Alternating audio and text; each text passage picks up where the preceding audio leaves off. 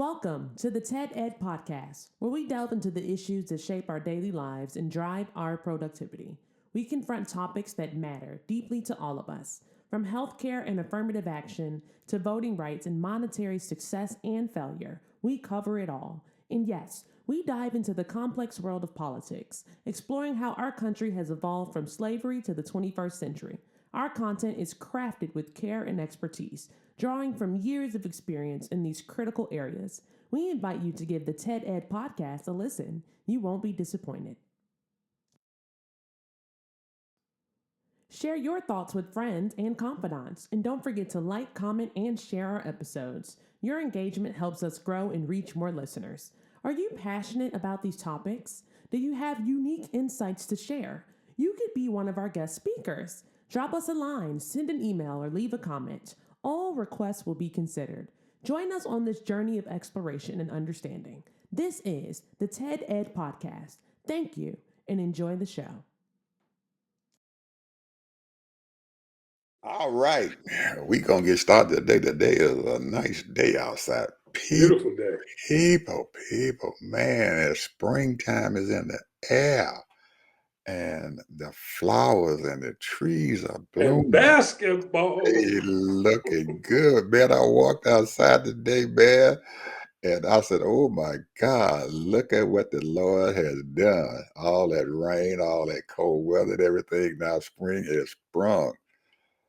And the only bad part about it, man, the pollen is everywhere. Really? Oh, okay. Man, it was so much dust, pollen dust outside my whole driveway, lawn, everything, man, just full of this dust, man, that comes off of them trees.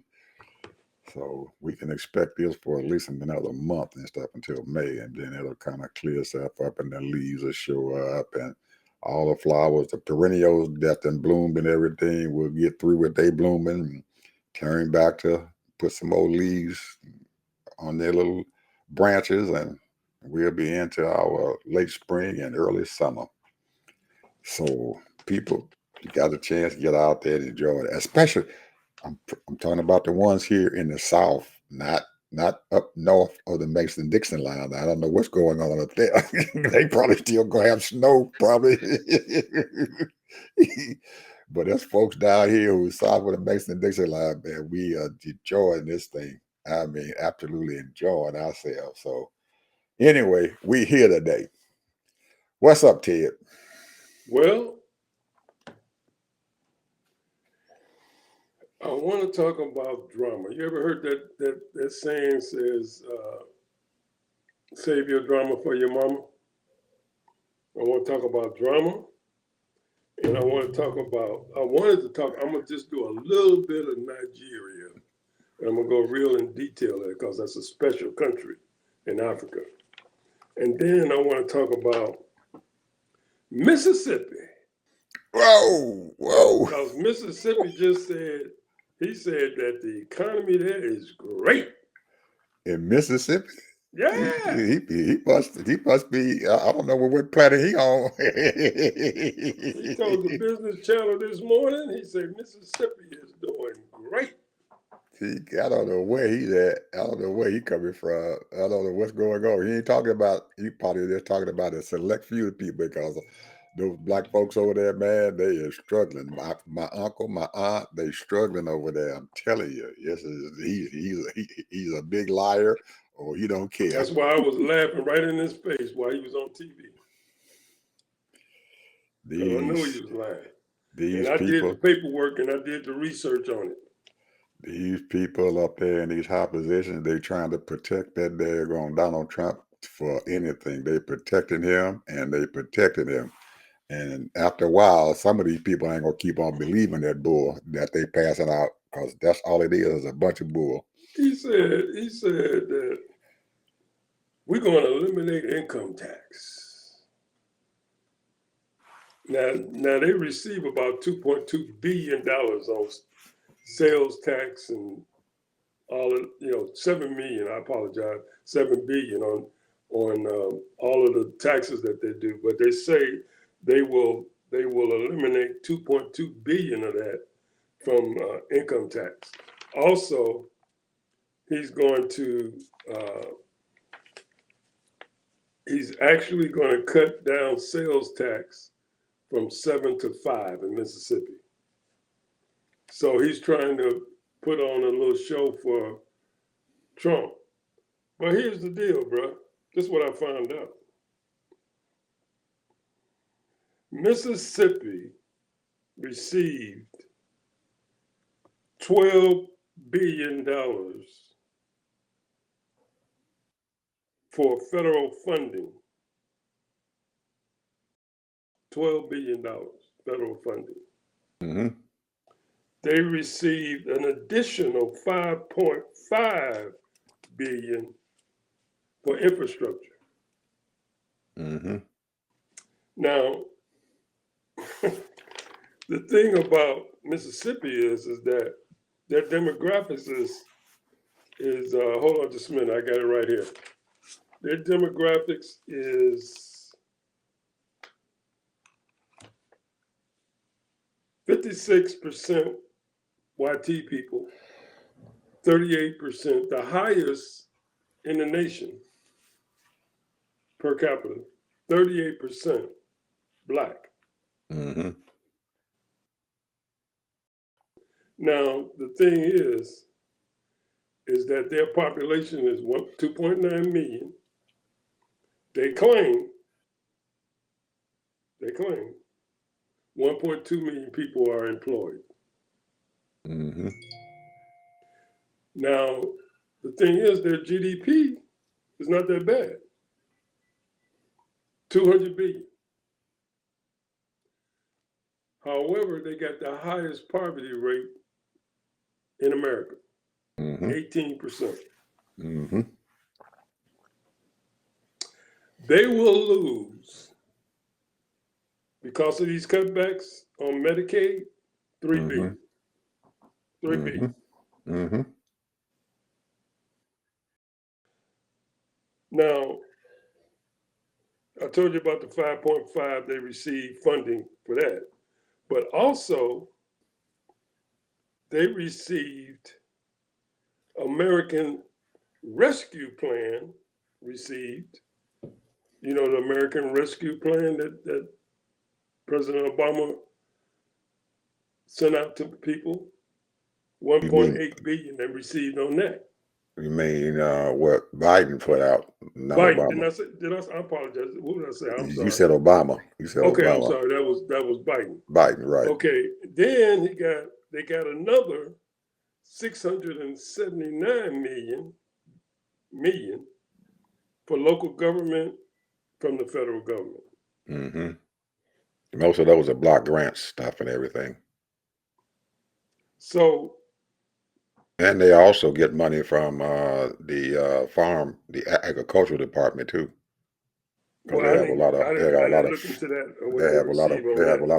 they have a lot of farm area and stuff out there. So a lot of their farm income and everything. Well, they ain't comes in doing there no through that. farming Yeah. because those are not even their top 10. Farming, agriculture is not even their top 10 in their industry.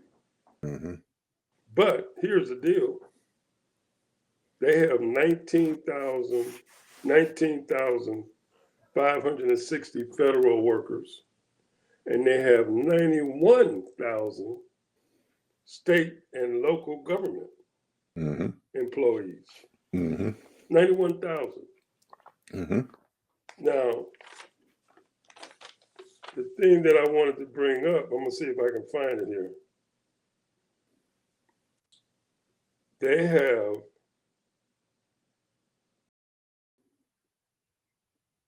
they have like they got 119.5 GDP, which is not bad. Now here's some of their top income producers. EB battery plant, that's in Marshall County. They have government industry. They make 20 billion off of that. That's their 20 billion. Mm-hmm. Manufacturing 18 billion, real estate and leasing 15 billion. Now I'm saying all that, and they got, the thing is that their government, the government money that they receive is 34% of their revenue. Mm-hmm. 34%. That's quite a bit. That's right.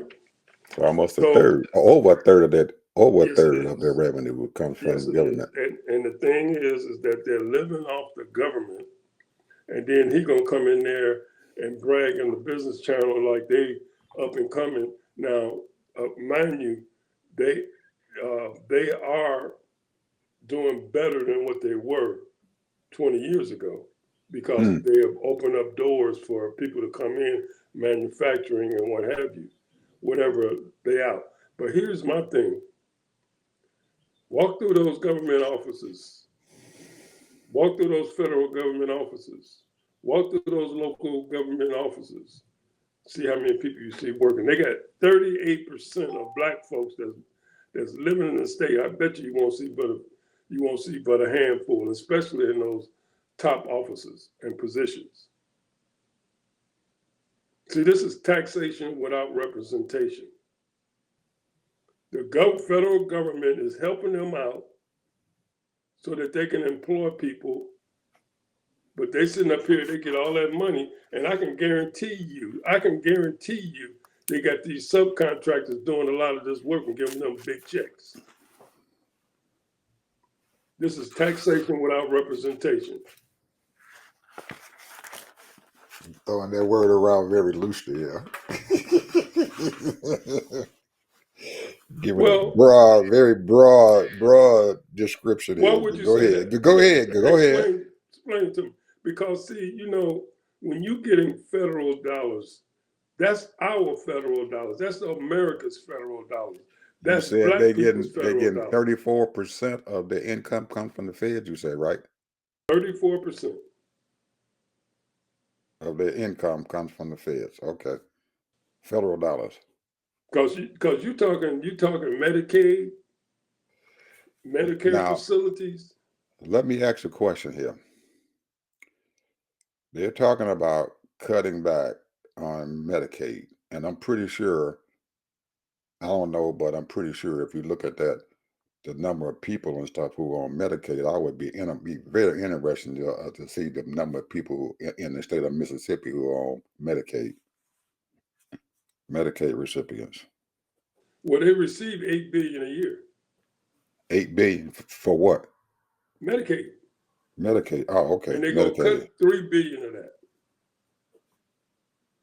Now, And they plan on cutting 3 billion. Okay.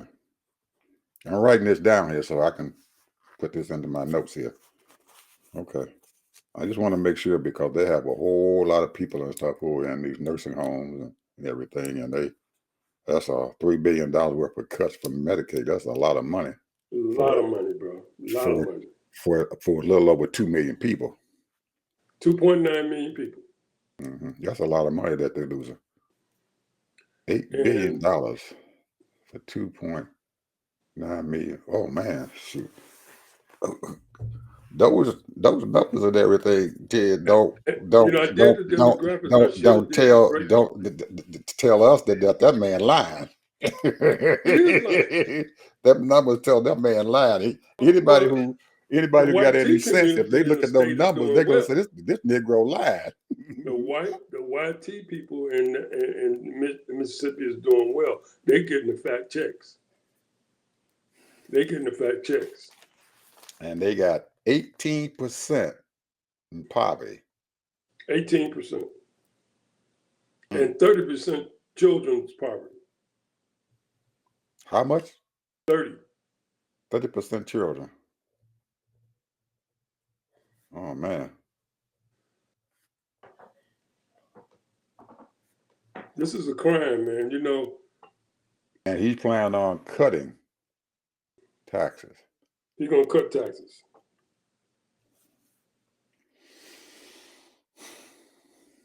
He's gonna eliminate. Because he feels as, hey, you got 91,000 people working in local and state government. So that's a couple of dollars, penny nickels and dimes in their pocket.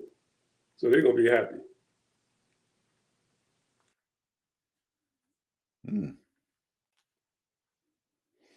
Interesting. I'm just saying, this man is sitting up here now. Wasn't he the one that was holding back, stopping that water? Right. They was From having a water Jackson, problem from the city of Jackson, right. for the city of Jackson. Had a Right. black mayor there. Right. They always had a black mayor. Because the city of Jackson is over 80-some% black minority. And they've always had a black mayor. As far as I know. It's a crime, bro. These people, they know how to maneuver, bro. They know how to do stuff under the cover and everything, man. It's a crime. And they're not even trying to stop poverty in the black community. They're not even trying. Now, grant you, some of it is our fault, obviously. But a lot of it is because when you're not treating people fairly on both sides of the railroad tracks, yeah, I said it, railroad tracks.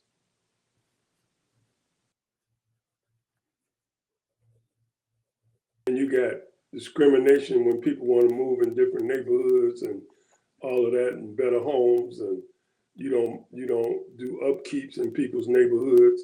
Probably don't even do garbage pickups properly.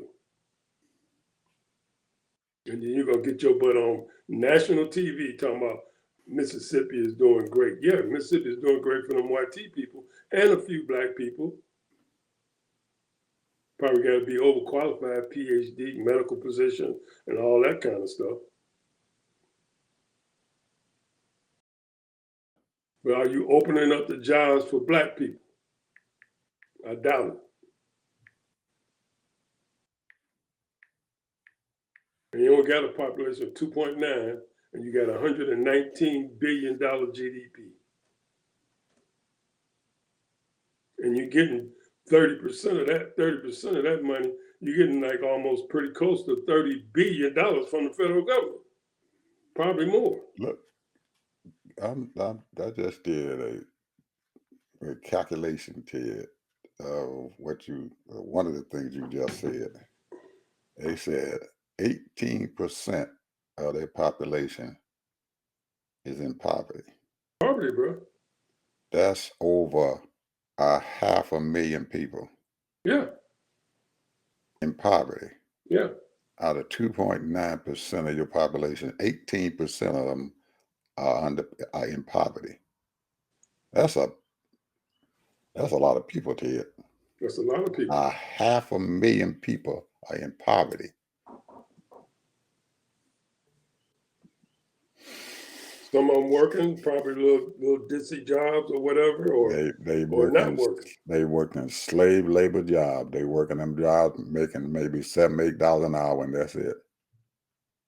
And they might well be in poverty if they got 2 or 3 kids and stuff with them. They are in poverty.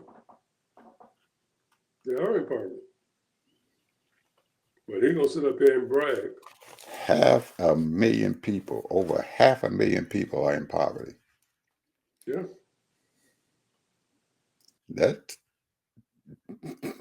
I guess I think he just like Donald and stuff. He said, let's go ahead and lie and just people lie. believe us. Just lie. People believe us. Just lie. Just lie. That's all you gotta do. Just lie. Just Don't lie. tell the truth. Just lie. Somebody believe you. And his people are sitting maybe down there listening. In his mind he wasn't lying because all he was talking about was white folk. Probably. All he was talking about was white folk.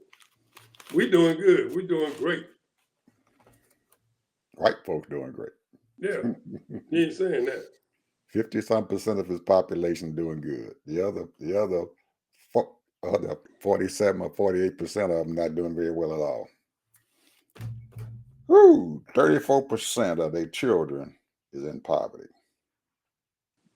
Yep. That's a big number, Ted. And here's the thing, damn near half of their children are in poverty. Yeah.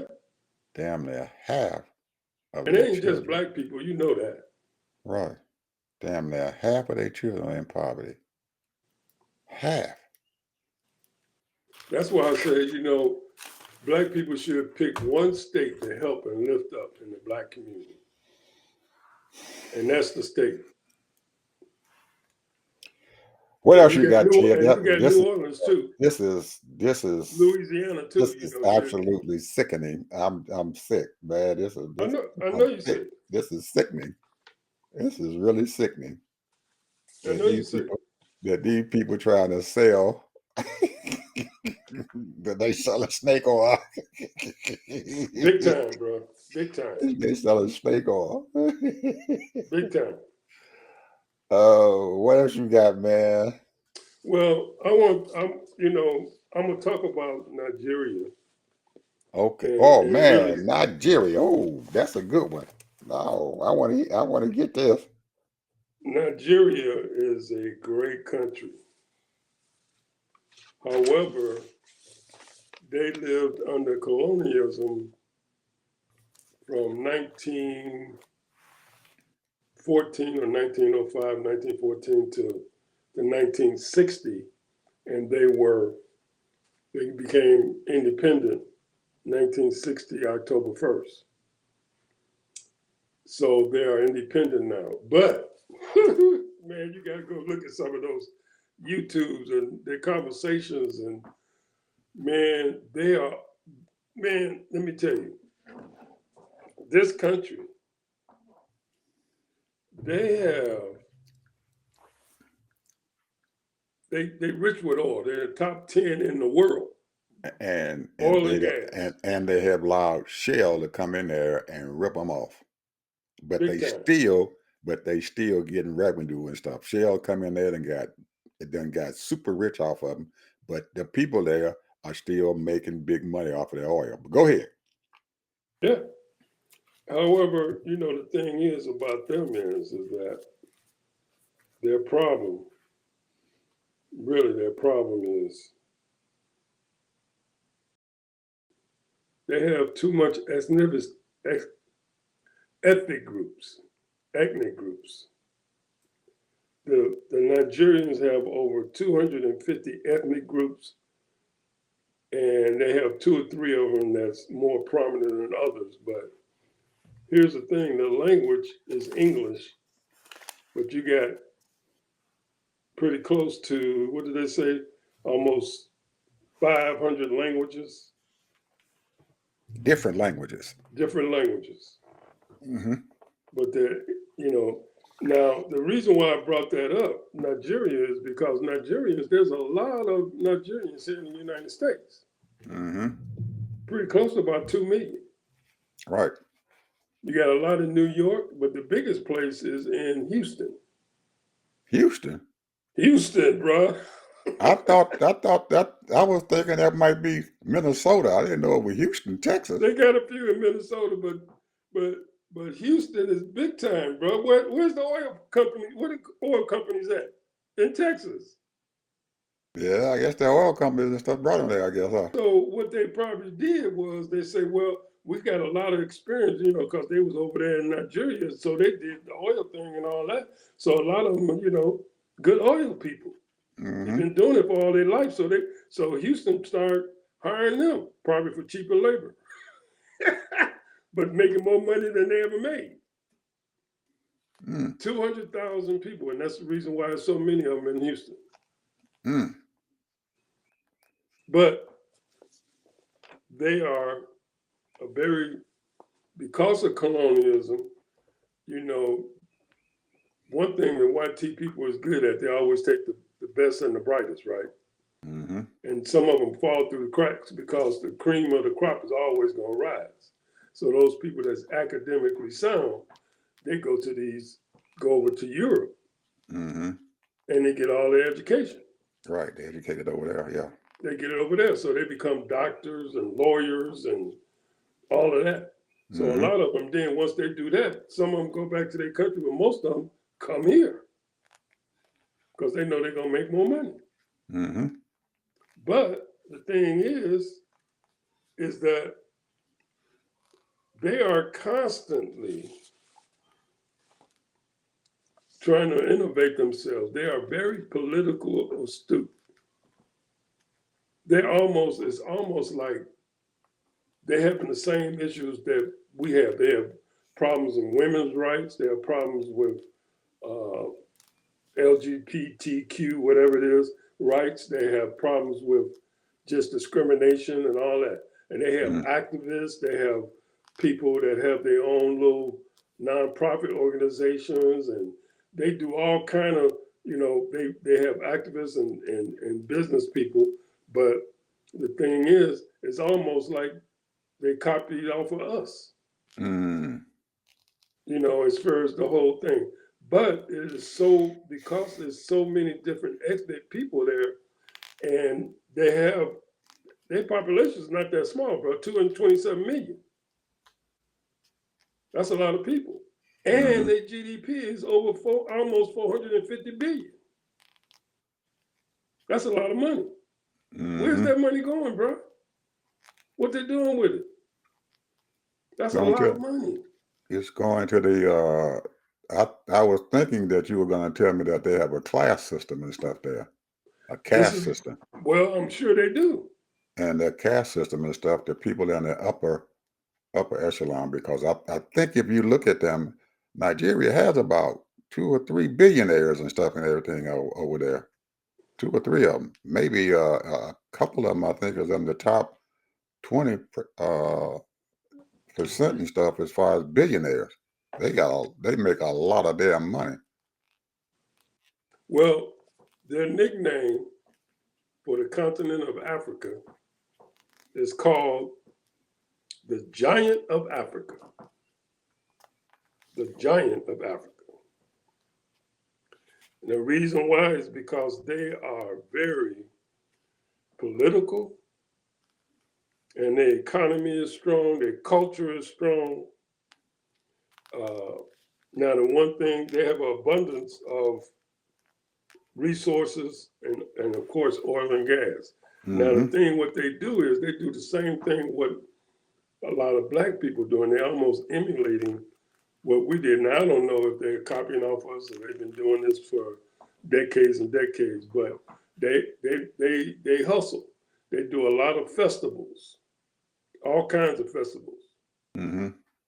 They do a lot of things like that. And the thing is that they are hustlers. Now, the big thing that what really kind of got me, and now I know, because I've seen a lot of African movies. Yep, they're in the media. They are one of the largest. And it's in the name of the country is the state is I don't even know if I can pronounce it right, but it's a city, if I can find it here. It's a city that is called Lagos, Lagos. Lagos. And it's the largest film industry in the world. Lagos, Nigeria. Yeah, I know where it's at. I flew into there. Lagos. That's the capital.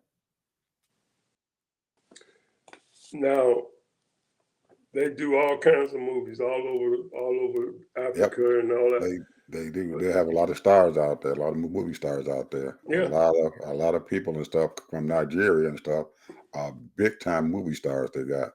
And they make a lot of music and stuff over there. They do a lot, man. Well, that's what I was telling you. That's what they make their money off of those festivals. And they have a few executive producers and stuff and everything that have came here to the United States and made a lot of money and stuff. A lot of movies and stuff, and a lot of Yeah, because they've been working. daily shows. Yeah. They got and they brought their folks over here. They got directors, they have executive producers and stuff, and a couple of them. This one lady named Nikia Carol something and everything. Man, she's got at least 3 or 4 shows out right now, man. That's in the top 10 here in this country. So now here's another thing where they make their money in. They call it ecotourism. And there's a conservation So I guess that's sort of similar to, they might have like a big area. I'm gonna have to look into that more. That's why I say I'm still studying it because we talked about Nigeria a while back, but we didn't go into detail. But the Mm-mm. thing is that they probably have like those African safaris and that kind of stuff, and they preserve those animals and that kind of thing because they have tourism section too where they make their money because $440 billion is a lot of money, but you're talking about 227 million people. So now we know there's got to be a lot of poverty there. It is quite a bit. Once you get outside Lagos, quite a bit. And once you get outside of those big metropolitan areas and stuff, man, those people there, they're still back in the 1800s. They don't have electricity. They don't have running water or nothing. It's horribly bad, and it's and I think, Ted, that that's a big problem and stuff with those African countries and stuff and everything. They have a hell of a lot of resources, but they have done a horrible job in managing those natural resources like gold and diamonds and all kinds of stuff. I mean, they have huge amounts of natural resources, but they don't know how to deal with it. They always allow these other outside entities, these outside companies to come in and to, allow them to take over their natural resources because they have the money to come in there to develop it. So they don't want to spend the money to develop it and everything. So they allow them to come in, and they have to give them a certain percentage of the profits that come out of there, and they can't stop them. So we just, you know, and knowing the fact that a lot of their population and stuff who are very, very smart went off to these schools and stuff and everything, and they try to come back, and not to have them not to go in there to take over these companies and stuff and everything, because there's got to be an ending contract and stuff there for those natural resources, and to take it over to themselves and stuff and run it. But I don't see them doing it. At least on the surface, I don't see them. They may be doing it, I don't know. But I do know that Nigeria they have a lot of movie stars over there, buddy. A lot of them. They into that media big time. Good to know. Lagos, Nigeria. My experience with Lagos, Ted, was we were going to Accra, which is in Ghana, which is this nation next to Nigeria, and all of those places they're on that west coast of Africa, and they close to the equator. So I'm flying from up north there in man, I forget the name of the European country, and we get on a plane and headed to Accra, and we had a stop in Lagos, Nigeria. The plane finally, after 8 hours in the air, 8 hours now, I'm telling you, we was in the air for 8 hours, and they landed in Lagos, Nigeria, to let some of the folks in the plane who were going to Lagos to get off. And they are not like us here, where you go into a terminal or into a concourse and everything. When that plane lands, it's sitting on the tarmac, and they come out and they'll push these big old stairs out on the side of the airplane, and you deplane right out there on the runway. Well, yo boy lands the plane in there, Lagos and everything, and we sitting in the plane and stuff, and they finally got the stairs and stuff to come up to the plane, and they come out there and they open that door. Man, the heat came into the plane and just overwhelmed the air conditioning system. Man. It was like an oven. It was like an oven, man. They opened up an oven, and all the heat came in. Oh, just imagine coming from a country up there in Switzerland or Austria, wherever the heck we was at, and it was cold, and you get down there, and you're right there on the damn equator.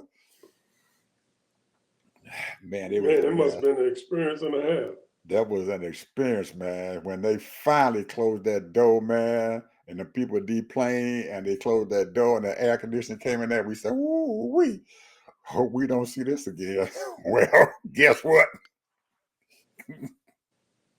Accra, which is in Ghana, is on the equator too. So we had to deplane. And man, whoo, whoo, that heat hit us, but we had to walk out into it this time. And you out there in the open, and they bring a cattle car to pick you up and take you to this big old barn, air for some kind of airplane hangar or something. Man, oh, ain't nothing like it, man. I ain't seen nothing like that before. But these people are used to it, Yeah. and nobody said anything. They back into third world is man. And if you're not used to it, you don't know what to do. So anyway, that was my experience in Lagos, Nigeria, and I don't want to have that experience again. If I go back over there, I know what to expect. And Ted, we got off the plane, finally got out the airport, and we riding down the street in a caravan of about 10 cars. And they taking us to our place where we got to live at. And we riding down the street, and it is 1 o'clock in the morning over there. 1 o'clock. And this place is thriving just like it's daylight outside. I mean, it is bustling like all get out. 1 o'clock in the morning. And you riding down the street, and these people are bathing in a foot tub, buck naked on the street. If they buck naked, Ted, and people are walking by them and they're taking baths. They all in the bath, they buck naked, women, men, all of them ain't got no clothes on there, and they're bathing up and everything. And people walking by them just like, hey, ain't nobody looking, nothing. It ain't like, oh, look at that. Nothing. They just keep on walking. And I asked the driver, I said, is this happen all the time? He said, well, what do you mean, sir? I said, do they take baths on the street all the time? And they said, yeah.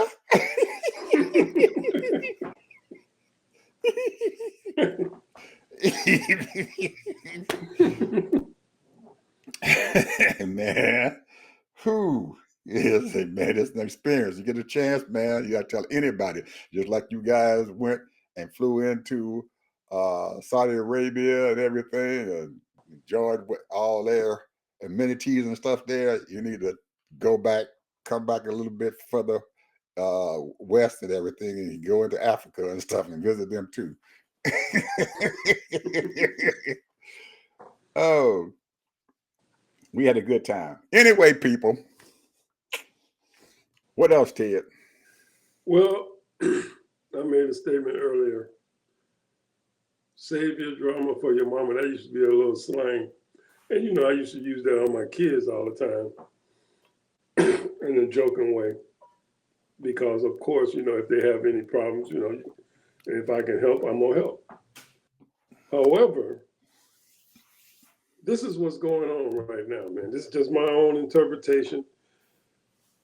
There's a lot of drama going on in America. A whole lot. Religion, politics, business, sports, relationships, men, women, personalities. People drama about power, who's fighting for power, drama in healthcare, drama in laws right now,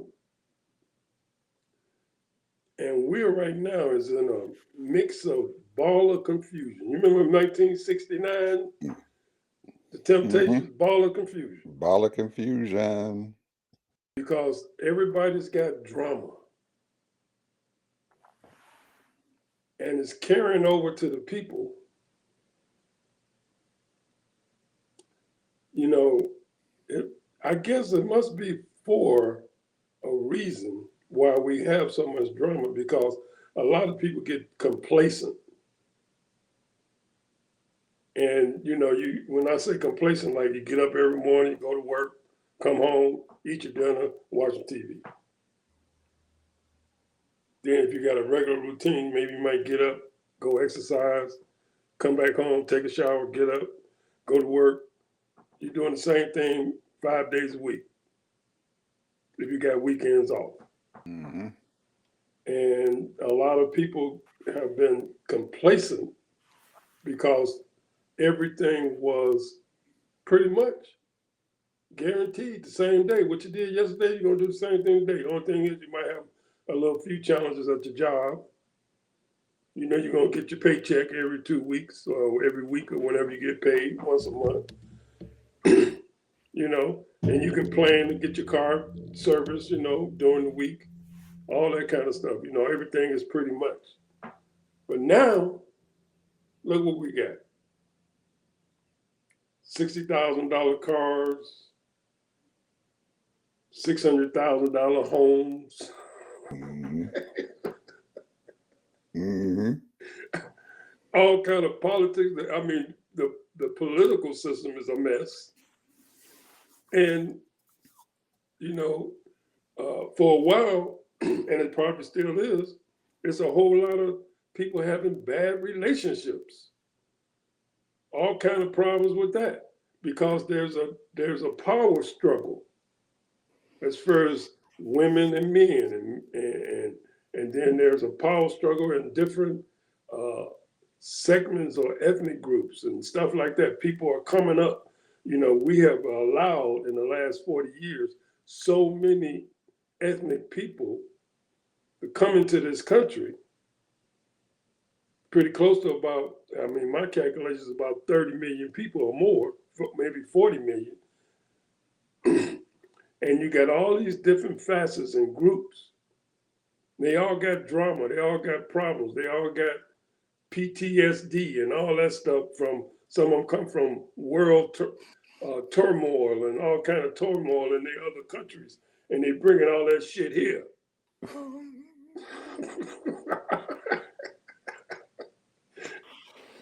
And here we are, the BLM, start talking about, wait a minute, we got problems.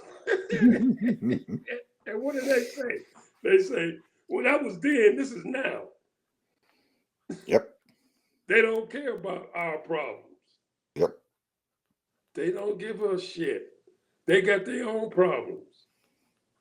They got their own drama. Well, y'all been here for all this time and y'all ain't got it right yet. And you got these groups now, man, they understand America. They understand America. They've been studying America their whole life, because this is where they wanted to be. Mm-hmm. This is their dream, bro. Mm-hmm. A house and 2 cars, a good job, or their own business. Absolutely. Absolutely. And then they say, well, what's wrong with y'all? Y'all been here all this time? Yeah. They fail to understand that in some ways we're like their third world country in some ways. But what has happened and that I'm seeing and stuff now is that they have decided to come here, and what they have found are these enclaves. And what the developers have done, and what the people in the power have done, the people who got the money have done, they have built these enclaves. And in these enclaves, things are almost perfect, Ted. I mean, absolutely perfect for them. They have their own malls and stuff where they can go and shop at. They have their own stores and stuff where they can shop at. They have their own homes and stuff where they go and they live at and where they communicate with. They have their own areas and stuff that they build inside these enclaves where they have lakes where they can go to, where they have beautiful parks that they can go to, and they build all this stuff and everything for them. So they stay within this enclave, and as long as they stay with they have everything they want there in these enclaves. And you get outside those enclaves and stuff into those poor areas or into those middle class areas and stuff or into the farmland area and everything, things are different. So as they come here, only thing they see is these enclaves. They don't get outside the enclaves. When they get ready to go somewhere, they got places to go where they spend their money. It is absolutely clean. You don't see no dirt nowhere. The lawns and stuff are manicured, man. I mean, everything is manicured. The garbage is picked up every day. There's no garbage stuff sitting outside. When the garbage truck comes down that day, they put the garbage outside. The garbage truck come by, they pick the garbage up. The people come by and they put this stuff and they hide their little garbage into the little areas and everything. So everything looks nice and neat and in order. And they have these places here. I just came from one earlier today. I went to this area right behind the Costco's store. I mean, it's beautiful. It's there's no crime. You don't see no police cars. You don't see no ambulance coming around. And they have all the best amenities, even the best hospitals. Now you go into our community or where our folks is at, they got the worst hospitals, they got the worst of everything. But these people have everything they want. They even have nursing homes, man, that are fabulous. These people live in these nursing homes and everything, and they can go from assisted living to where they go into a nursing home, and then they can go into whatever phase of their ending of their lives and everything. Everything in there is beautiful, man. They have everything they need. They got buses that come in there and they pick these older people up and they bus them over to wherever they want to go to the bowling alley if they haven't already got one there.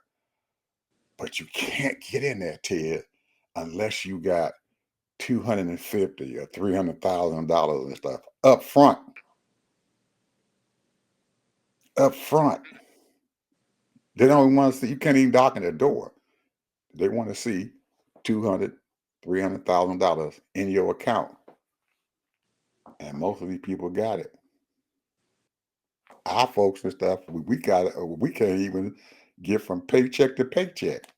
We can't go from paycheck to pay. We can't even make it to the next payday. If it's a week later, we got to go borrow money to make it till we can get that next check. These people got enough money where they can do whatever they want to do. And that's all over the country. Yes, sir. All of everybody, all these major cities have these enclaves that these developers have built for them. And that's why they look at you and stuff like, why don't you like this? Because we don't, you don't see the other part. We see that other part. We see these folks because guess what, people? That's where we came from. So we see it, but they don't. They come in here and that's the only thing they see. So that's where we at. Anyway, people, we have some elections that's coming up here in Florida. You got 2 elections in Florida next week, Ted. What does it look like, brother? What does it look like? Everybody's sitting around saying, "Yeah, man, Well, we hey, did a thing a couple of weeks ago, bro. They over both of those districts is over 60% Republican. I've been getting texts and emails and stuff, and these Democrats and stuff, and they all up in our, we getting close. We think might be able to get this. Give us some money. We might be getting close. We think we got to get it. We got all this stuff. We can look at the early voting and stuff and carrying on, and we only a few percentage points behind. Yeah. Yeah. You got a So few they Democrats now that's starting to go into some of these districts and hold these meetings, but it's too little, too late, bro. I mean, you continue. You should never stop. You should be having one a week. Now, a lot of them are doing these Zooms, meetings, telephone meetings, and all that. But this right here is an ongoing 24/7. You can't be waiting until next year to run for office. Just like we need to have somebody right now that's supposed to be running for office, get your butt out there and start running.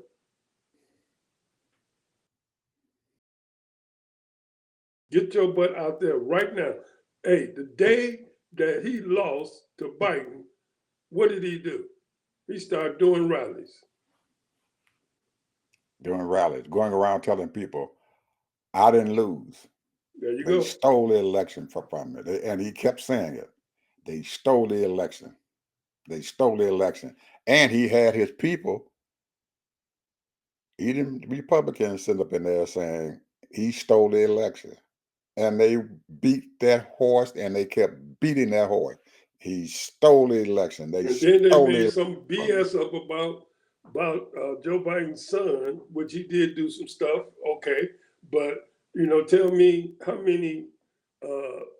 We got a whole lot of Republicans doing all kind of stuff, but they used his son as a whooping bag. And they turned around and made the attorney general file charges on him. Yeah. He filed charges on him.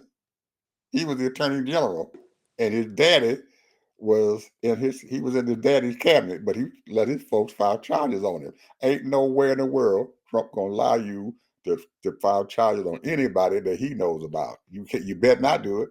He threatened law firms. They got law firms, Ted, huge law firms out there. He done threatened these people, and they done gave it up. They done have people in their law firms who are quitting because they done gave it up. So okay, we're going to give you $20 million worth of pro bono No, it wasn't service. 28. It was 40. 40 million 40 in million pro bono pro bono. service.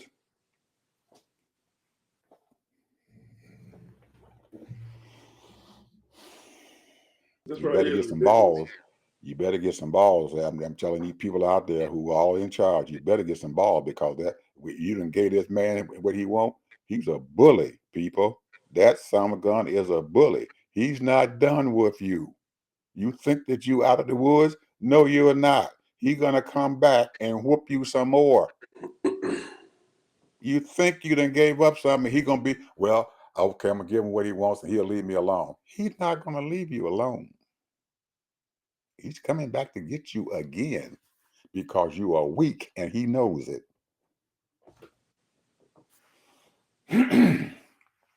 Even if you lose, you better fight. That's what my mama told me. You get to a bully, I don't care if you lose, you better fight. At least he know he got a fight on his hand. Every Yeah, time you he got a see fight on me, his hands. He ain't every coming time he back no see me, more. it's gonna be a fight. If he beats you up, he ain't coming back no more because he gonna remember them scars. He gonna remember them scars he got. I ain't going back over there, man. That's something gonna fight me. I ain't going back there no more. That's the impression you want to put on him. Yes, I lost. I got some scars, but he got some scars too. Now, we were taught that when I was a little bitty boy. Yep. I'm little. You don't let no bully you. My mother tell me in a minute, don't come back in here and tell me something and crying and tell me somebody that jumped on you. Don't you come here. Because if you come back in here, I'm gonna whoop you. That was the way we was raised, bro. Yes, sir. That's the way we were raised. You don't let no bully do you that way. And that's what's going on. He bullying them. And they just you gotta toot their little tail up. Hey man, he gonna get you again. Anyway, Ted, final word. Well, like I said, we gotta stop the drama. That's all I gotta say. Stop the drama. You know, let's stop the drama. Let's stop assassinating people's character. Because you know what Jesus said about assassinating people's character. It's like killing them. Especially if it's a lie. Even if it's the truth, you shouldn't be what they call it, backbiting, gossiping, Well, assassinate somebody's character, man. That's one of the worst things you can do, assassinate somebody's character. I mean, you can, you know, in privacy, you can talk about certain things because you feel some kind of way and get it off your chest, but at the same time, you can't be putting that stuff out there and just constantly. I see that stuff all the time. It's a shame. It's a crime. mm-hmm. Anyway, that's all I got to say about that. Well, I don't have a whole lot to say either, man. I didn't say what I had to say. But y'all folks out there who giving it up, I'm telling you, that's the worst thing in the world you can do, and not fight. You have to fight, and nobody gonna believe you if you don't fight. This man fought for 4 years. He Didn't he? fought and fought and he fought, and the odds were against him. He kept on fighting. But He was even with fighting the to stay out odds, of jail. That's what he was doing. even with the odds against him, they He were was fighting still to stay out afraid of of him. jail here. They were still afraid of him. Even the odds against him, they were still afraid of him. He kept fear in their hearts, in our Attorney General's heart. He was scared of him, and he knew it. Bullies can smell fear, people. They just like feral dogs. They smell fear. What kind of dog is it? Feral dog. What is that? Yeah, I'll tell you about that. We ain't gonna explain it online. Yeah, all you folks out there, look it up. See you guys tomorrow. Bye-bye.